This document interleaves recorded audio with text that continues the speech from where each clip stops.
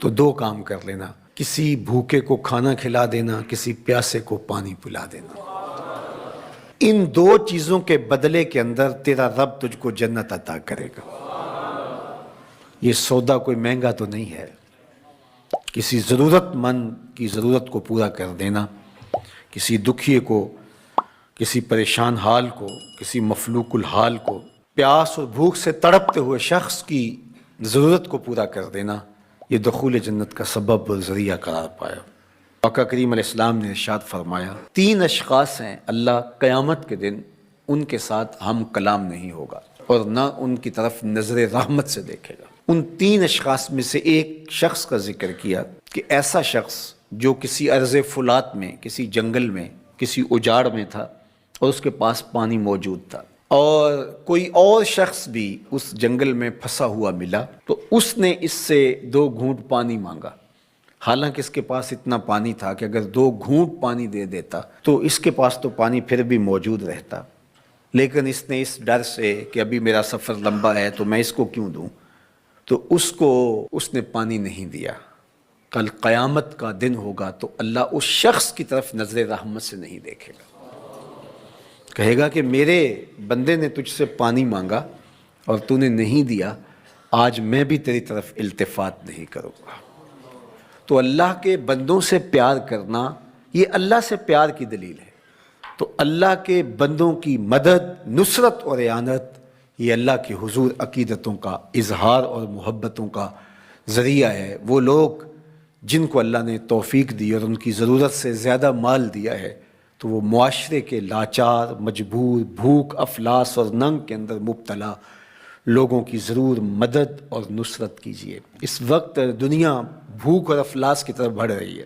آمدہ اطلاعات کے مطابق ہماری ہمسائیگی میں افغانستان کے اندر 20 ملین لوگ، 2 کروڑ لوگ، ان کا بھوک سے مرنے کا اندیشہ ہے۔ اسی طرح روہنگیا کے اندر زندگی جتنی کٹھن ہے اور جس اذیت میں وہ لوگ زندگی کاٹ رہے ہیں، اسی طرح یمن کے اندر جو کچھ ہو رہا ہے اور شام کے اندر ہم اپنی آنکھوں سے مناظر دیکھیں، 50 لاکھ کے قریب لوگ سخت سردی کے اندر اذیت میں پڑے ہوئے ہیں۔ زیادہ تعداد بچوں کی ہے اور یتیموں کی ہے، بیوگان کی ہے، بوڑھوں کی ہے، مفلوق الحال لوگ جبر مسلسل کی طرح زندگی کے دن کاٹ رہے ہیں۔ ہمارے تھر کے اندر دیکھیے، زندگی کی بنیادی سہولتیں بھی ان کو نصیب نہیں ہیں۔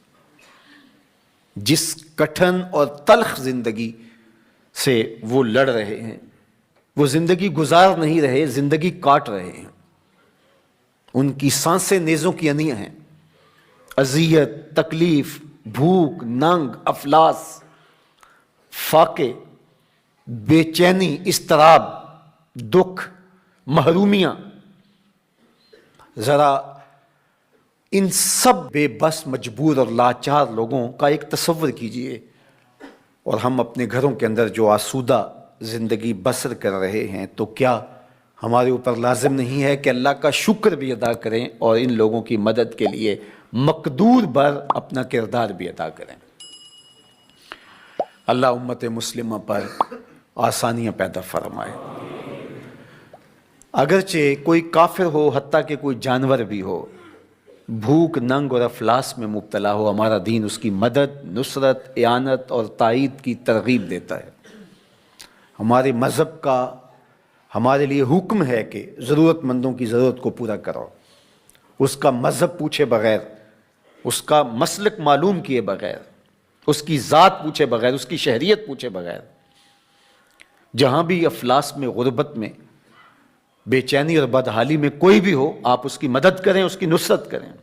جنت کی قیمت بتائی حضور نے کہ اگر تو جنت چاہتا ہے تو کسی پھنسے ہوئے کی گردن چھڑانی ہوگی یا کسی غلام کو آزاد کرنا ہوگا، اور اگر تیرے پاس یہ ہمت نہیں ہے، تیری مالی صورتحال ایسی نہیں ہے کہ تو غلام آزاد کر سکے، کسی مقروض